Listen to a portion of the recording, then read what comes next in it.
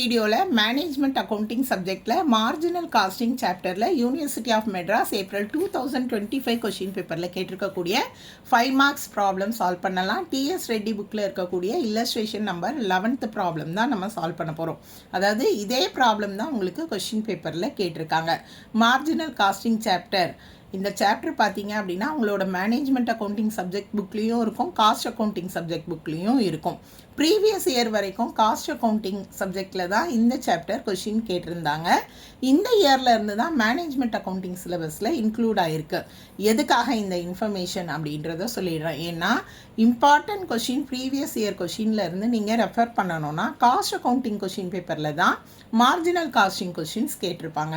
அதுக்கான இன்ஃபர்மேஷன் தான் இது. ஓகே, ஸோ பார்த்தீங்க அப்படின்னா என்கிட்ட இருக்கக்கூடிய question paper April 2025 cost accounting question paper.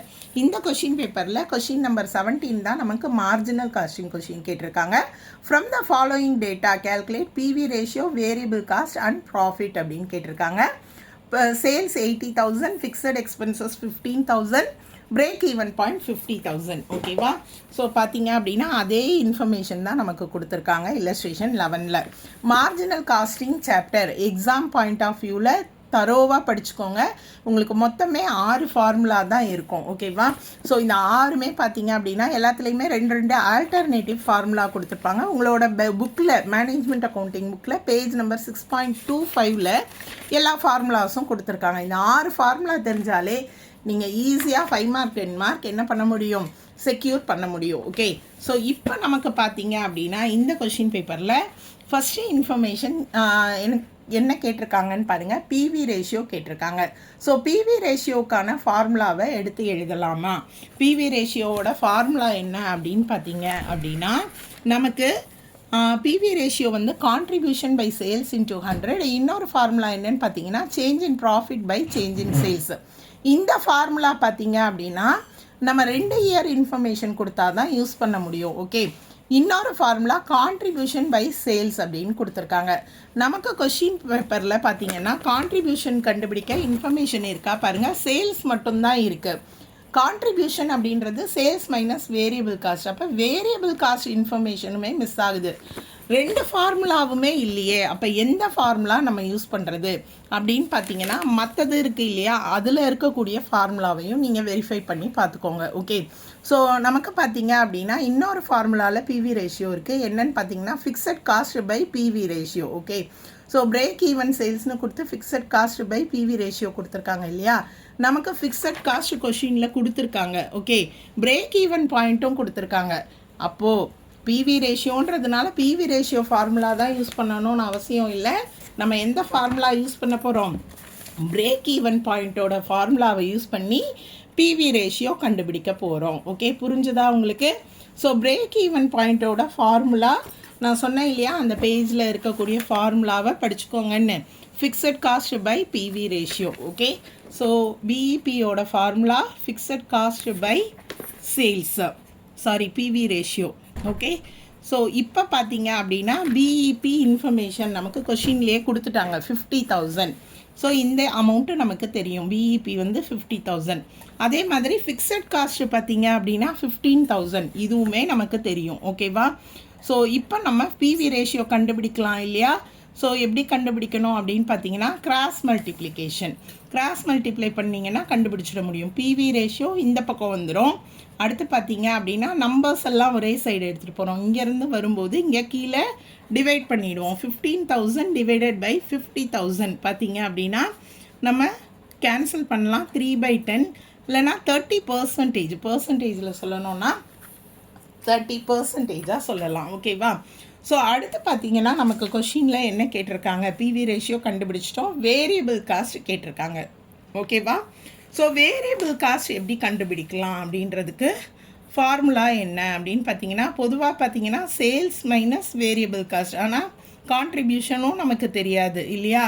So எந்த ஃபார்முலா யூஸ் பண்ண போகிறோம் அப்படின்னு பார்த்தீங்கன்னா நமக்கு வந்து கான்ட்ரிபியூஷன் ஃபார்முலாவை யூஸ் பண்ணால் வேரியபிள் காஸ்ட் கண்டுபிடிக்க முடியும். ஓகே, ஸோ கான்ட்ரிபியூஷனுக்குரிய ஃபார்முலா என்ன அப்படின்னு பார்த்தீங்கன்னா சேல்ஸ் இன்ட்டு பிவி ரேஷியோ. ஓகேவா?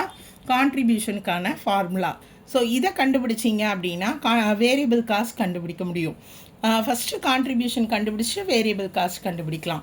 சேல்ஸ் நமக்கு தெரியும். கொஷின் பேப்பரில் சேல்ஸ் எவ்வளோ அமௌண்ட்டு கொடுத்துருக்காங்க அப்படின்னு பார்த்தீங்கன்னா 80,000. Okay, so 80,000 into PV ratio நம்ம கண்டுபிடிச்சிருக்கோம் 30%. ஸோ கான்ட்ரிபியூஷன் கண்டுபிடிக்க முடியும் இல்லையா? கண்டுபிடிச்சிக்கோங்க. ஸோ நீங்கள் கேல்குலேட் பண்ணீங்க அப்படின்னா 80,000ல் 30% கண்டுபிடிச்சா 24,000. ஃபஸ்ட்டு கான்ட்ரிபியூஷன் கண்டுபிடிச்சிங்கன்னா ஈஸியாக வேரியபிள் காஸ்ட் கண்டுபிடிக்க முடியும் இல்லையா? ஸோ கான்ட்ரிபியூஷனுக்கு ஃபார்முலா என்ன அப்படின்னு பார்த்தீங்கன்னா 2 ஃபார்முலா. ஒன்று சேல்ஸ் இன்ட்டு பிவி ரேஷியோ, இன்னொரு ஃபார்முலா என்னன்னு பார்த்தீங்கன்னா சேல்ஸ் மைனஸ் வேரியபிள் காஸ்ட். ஓகேவா? ஸோ இப்போ நமக்கு கான்ட்ரிபியூஷன் அமௌண்ட்டு தெரியும் 24,000 அப்படின்னு தெரியும். அடுத்து சேல்ஸ் அமௌண்ட் வந்து 80,000 அப்படின்றது தெரியும். அப்போ நம்ம இந்த வேரியபிள் காஸ்ட் கண்டுபிடிக்கலாம் இல்லையா? ஸோ நம்ம நம்பர்ஸ் எல்லாம் ஒரே பக்கம் எடுத்துகிட்டு போயிடலாம். ஸோ வேரியபிள் காஸ்ட்டு நம்ம இந்த பக்கம் எடுத்துகிட்டு வந்துடலாம். இங்கே மைனஸ், இங்கே வரும்போது ப்ளஸ் வேரியபிள் காஸ்ட். அடுத்து சேல்ஸ் வந்து இங்கே 80,000 இருக்குது. இந்த 24,000 இங்கே வரும்போது மைனஸ் இல்லையா? ஸோ மைனஸ் பண்ணிங்க அப்படின்னா 56,000. இப்படி தான் வேரியபிள் காஸ்ட் கண்டுபிடிக்கணும். அதாவது ஒரே ஒரு இன்ஃபர்மேஷன் கண்டுபிடிக்கிறதுக்கே உங்களுக்கு 2 அல்லது 3 ஃபார்முலா இருக்கும். எந்த ஃபார்முலா யூஸ் பண்ணால் கண்டுபிடிக்கலாம் அப்படின்றத ஞாபகம் வச்சுட்டா கண்டுபிடிச்சிடலாம். ஓகேவா?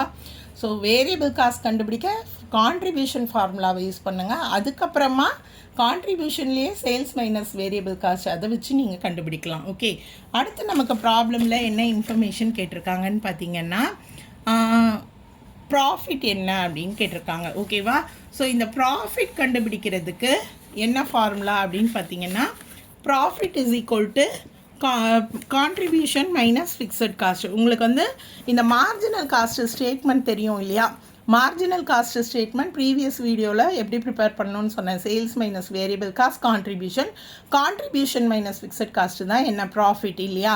ஸோ அப்போ நம்மக்கிட்ட கான்ட்ரிபியூஷன் இன்ஃபர்மேஷன் இருக்குது.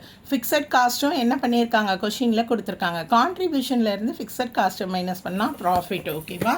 ஸோ நான் இப்போ ப்ராஃபிட் கண்டுபிடிக்க போகிறேன். ப்ராஃபிட்டுக்கான ஃபார்முலா என்ன அப்படின்னு பார்த்தீங்கன்னா ஃபார்முலாவாக சொல்லணுன்னா contribution minus fixed cost.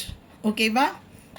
Contribution minus fixed cost. இது எப்படி போட்டோம் அப்படின்னா நம்ம மார்ஜினல் காஸ்ட் ஸ்டேட்மெண்ட் படி பார்த்தீங்கன்னா கான்ட்ரிபியூஷன்லேருந்து ஃபிக்ஸட் காஸ்ட்டை மைனஸ் பண்ணுவோம்.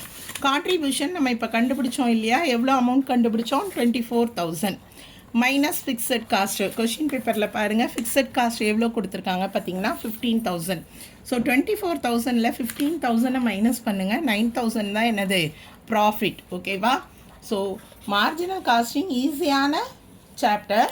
பட் ஒவ்வொன்றுத்துக்குமே ஒரு 3 ஃபார்முலா இருக்கும். எந்த ஃபார்முலாவை அப்ளை பண்ணால் இன்ஃபர்மேஷன் கண்டுபிடிக்கணும்னு தெரிஞ்சுக்கிட்டிங்கன்னா ஈஸியாக ப்ராப்ளம் சால்வ் பண்ணலாம். நீங்களும் இதே மாதிரி ப்ராப்ளம் போட்டு பார்த்து சால்வ் பண்ணுங்கள். உங்களுக்கு டவுட்ஸ் ஏதாவது இருந்தால் கமெண்ட் செக்ஷனில் கேளுங்க. நன்றி.